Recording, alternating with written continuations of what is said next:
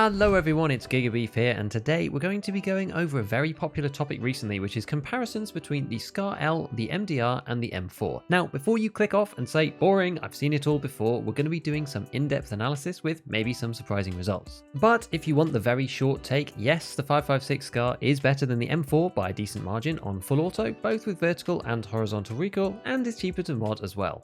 The MDR is very similar, but has the same horizontal recoil that the M4 does, whilst being more limited on modding, so doesn't get to the same vertical recoil levels as the Scar either. But the Scar probably has the worst ADS performance out of all of the weapons due to normal Ergo but relatively high weight compared to the other two. So I've been asked multiple times to take a look at these guns so far in 12.12, and it's fairly common knowledge by now that the Scar and the MDR are better in inverted commas for recoil than the M4, along with the in-game visible stats for recoil being misleading at best. But how exactly this manifests in the game is not always abundantly clear. The first experiment that we're going to check out is the individual shot recoil. Here we're just going to fire 2 rounds and measure how far up the second shot lands, and you might be surprised to see that between the Scar, the MDR, and the M4, that this is the same for all of them. In this particular test, each of these guns has been modded to have 56 vertical recoil, so really it should be no surprise at all, but given everything that we've heard from the community recently, you would be excused from imagining that this would have come out differently. This is because where the advantages of the Scar and the MDR come in is through the PMC's automatic recoil compensation, which is stronger for the MDR and the Scar. We'll be showing this in more detail shortly. But in this specific case, between 2 shots, there isn't time for the PMC's auto compensation to kick in, and so the 56 recoil is comparable between the weapons, as it's a measure of how much initial kick gets delivered to the gun overall. On to the next test. Looking at one individual shot fired from these weapons shows that it takes 22 frames for the Scar and the MDR to return to center, whereas it takes the M4 27.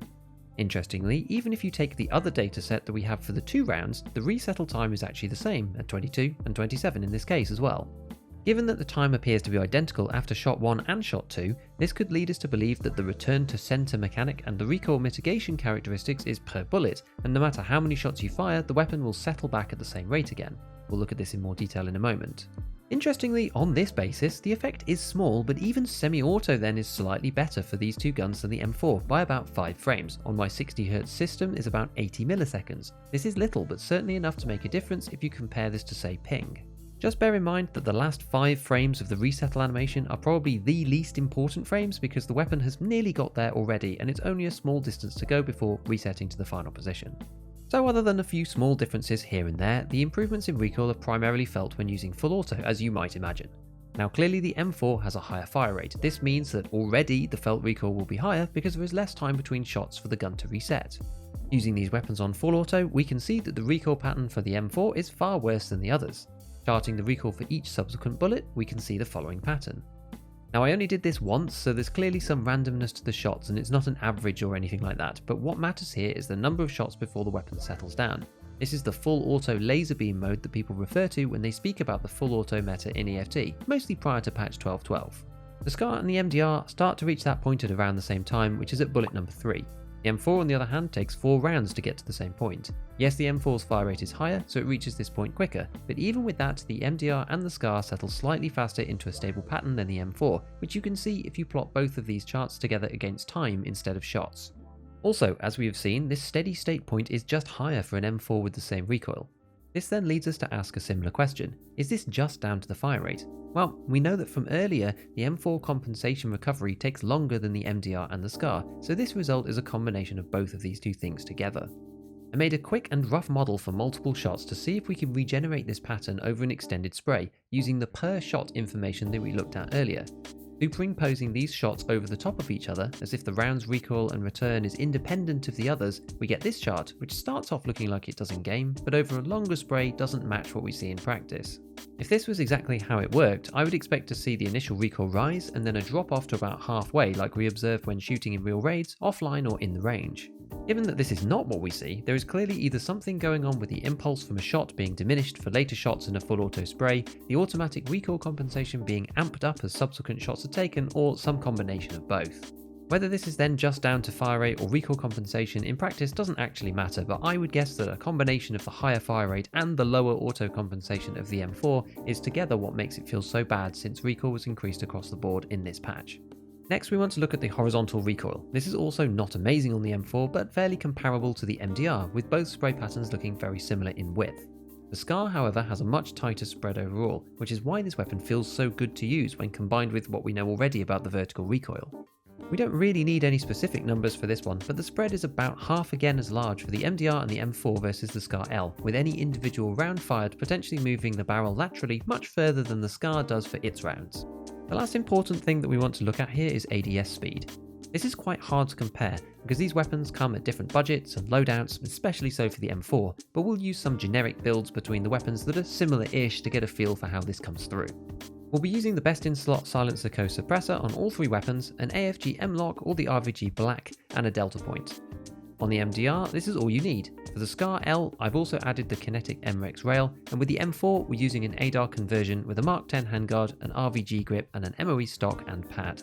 Fully loaded with a 30-round mag of M855A1, the Scar weighs 4.5 kilos with 34 ergonomics and 53 recoil. The MDR weighs 4.9 kilos with 60 ergonomics and 57 recoil, and the M4 weighs 3.6 kilos with 45 ergonomics and 47 recoil. This is probably the hardest test overall to measure, as it literally comes down to a few small number of frames. The easiest way to tell first off is when the dot of the delta point comes into view. For the Scar, this is 12 frames or 200 milliseconds, whereas for the MDR and the M4 it is 9 and 10 frames respectively, which is 150 and 166 milliseconds. Fully center the triangle of the delta point appears to take 35 frames or 583 milliseconds for the Scar, 25 frames or 416 milliseconds for the MDR, and 27 frames or 450 milliseconds for the M4. So this is notoriously hard to judge as there aren't great reference points for it.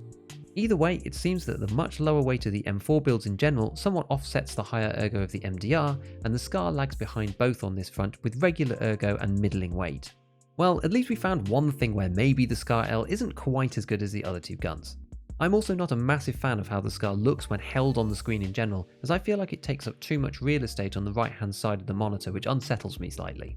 That said, given everything we've looked at, it does appear that the Scar is really quite good for what you get.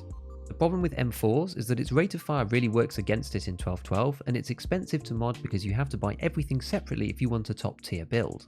Comparing this to the Scar, you don't need a stock, the longest barrel is available straight away on the black version on the flea market, all you really need is a magpul foregrip and a suppressor, and maybe grab the recoil reducing rail as well. If you're using the best in slot suppressor, you're actually very close to best in slot recoil for the gun overall. The MDR is in a similar place, except it can't get quite as low recoil wise and has worse horizontal versus the Scar. However, with the speedier ADS from higher ergonomics, this could be make or break if you want to use it exclusively in CQB, or you don't care quite as much about recoil and you want a snappy semi with the ability to go full auto if required. It's really up to you. As for the poor M4, its 800 RPM does give it faster time to kill in CQB, but the cumulative recoil on the first few shots is brutal over any distance longer than the factory office corridor. The differences in semi-performance probably aren't a deal breaker, but the M4 is now much more of a situational pick compared to the other 2, especially when cost is taken into consideration. It's still one of the coolest weapons to mod in Tarkov though. So as usual, if you learned something, please consider dropping a like and a comment. To see when I'm streaming, you can follow me on Twitter and Twitch. Check out our Scav Talk podcast in the links below, and with all that said, I'll see you next time, and as always, have fun in your raids.